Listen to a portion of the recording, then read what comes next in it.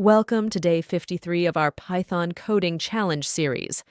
In today's tutorial, we'll be delving into Python programming by writing a program to generate multiplication tables up to 10 multiples.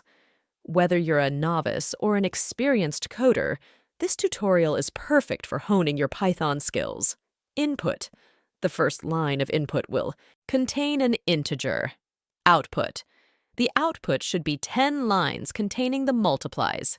Sample input and output are also given for your reference. Remember to like, share, and subscribe for more Python tutorials and coding challenges.